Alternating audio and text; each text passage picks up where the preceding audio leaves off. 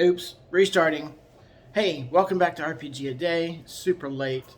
Sorry, I just actually went online and unprivated 18 and 19. Forgot to do that on the 19th.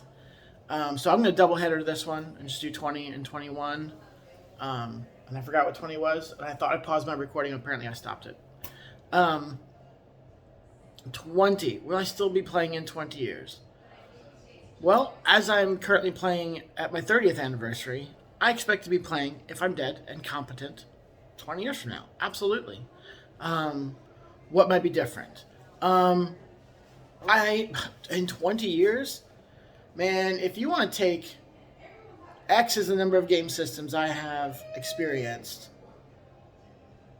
to the degree that I don't want to say familiar, comfortable, that I know something about the system, right? Like if I was to sit down and play Champions or GURPS right now, you'd still have to walk me through every step, even though I've played it 2 or 3 times in conventions. So all the ones where I could sit down and be like, yeah, I know what's going on here. I know roughly what I'm doing. I know what's good, what's bad, what's the intended tone, etc. Take the number that X, that whatever that count is. I should find that out just for curiosity's sake. I would like in 20 years to have double that number, possibly triple. Let's say 2.5. That might be a good goal. A 20-year RPG goal right there, I'm just stating it, is to have 2.5 total. Not an additional 2.5, but 2.5 total. Take my number right now, multiply by 2.5. That's how many I want to have in that same amount of familiarity. I think that would be pretty cool. My boys are 3 and about to turn 1 in like 10 days or something. So in 20 years, they're going to be 23, sorry, 23 and 21. So I would hope they've been role playing for many years by then. And I would also hope that if they're not out of the house, then I hope that's because they're being really wise about how they're spending the money, or we've already moved into what we call biblical retirement planning, where I'm just simply at home. It's multi-generational. It's a multi-generational household, and I'm there. That's also very Eastern. Anyways, and so I hope they're playing. That would be a goal, and I don't want to say it's a more important goal than my own goal, because maybe they won't like it, and that's okay. Um, but if they do like it, I hope they are playing.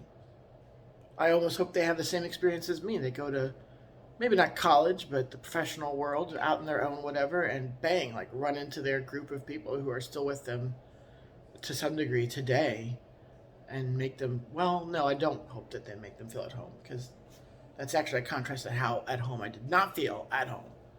Okay, so I don't hope for that. Hey, let's change beats. All right, let's change beats and talk about 21, which is my favorite licensed RPG system.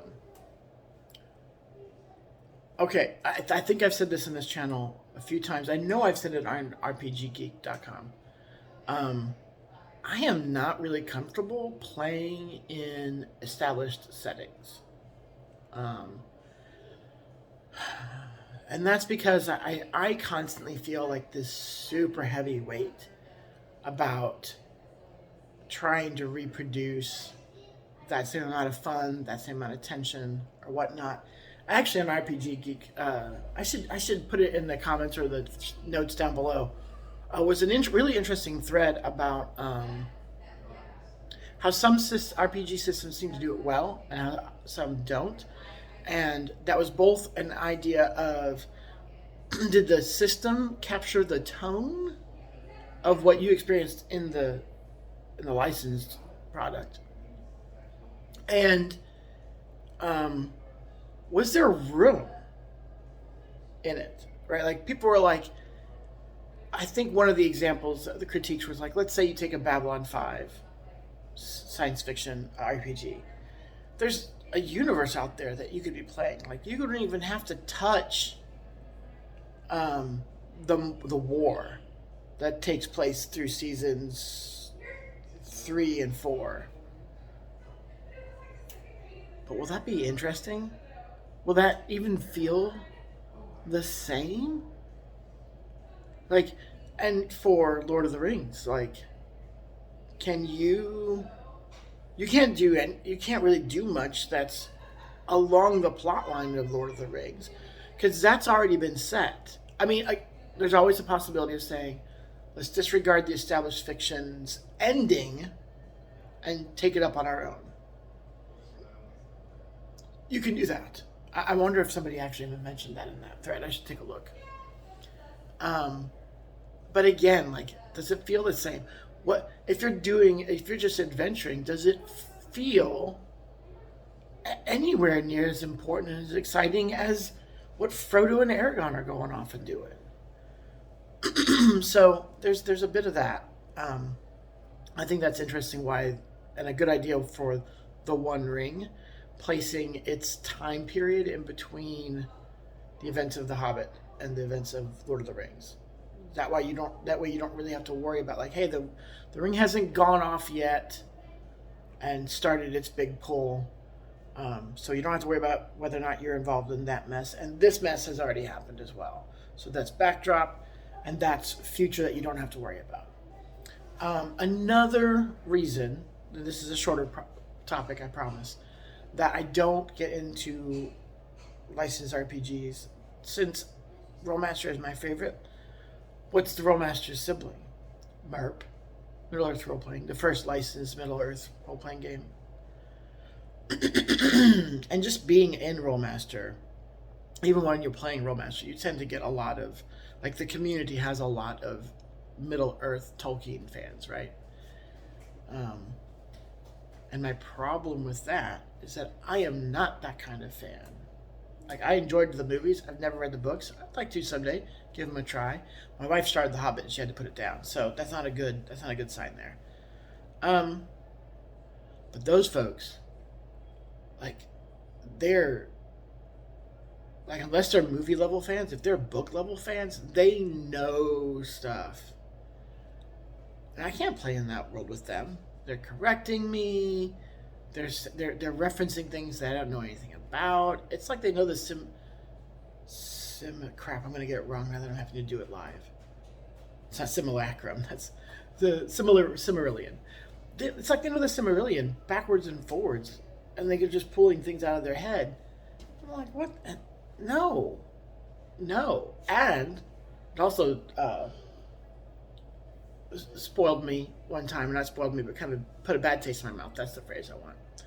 When I had a player who chose to be one of the elf races in my primary setting, my original setting, and said, this is his name, and it was very elfish sounding. Cool. He said, and it means this. I said, why do you say it means that? He says, because that's the elvish language, and in Middle Earth, that's what this means. I stomped on it right away, more out of pride or annoyance or something, but I was just like, nope, it doesn't mean that. This is not Middle Earth. This is my setting, not Middle Earth. And it can mean something, but it can't mean that. Because I was just like, put an end to that right now. This is not Middle Earth. So, and this was actually before the movies ever came out, too. So, I didn't even have that level of appreciation for it. I had just the general cultural, like, it's a big deal kind of appreciation for it. All right, let's get out of here. I should today record 21, so I'm not late on, or 22, so I'm not late on that. See you later.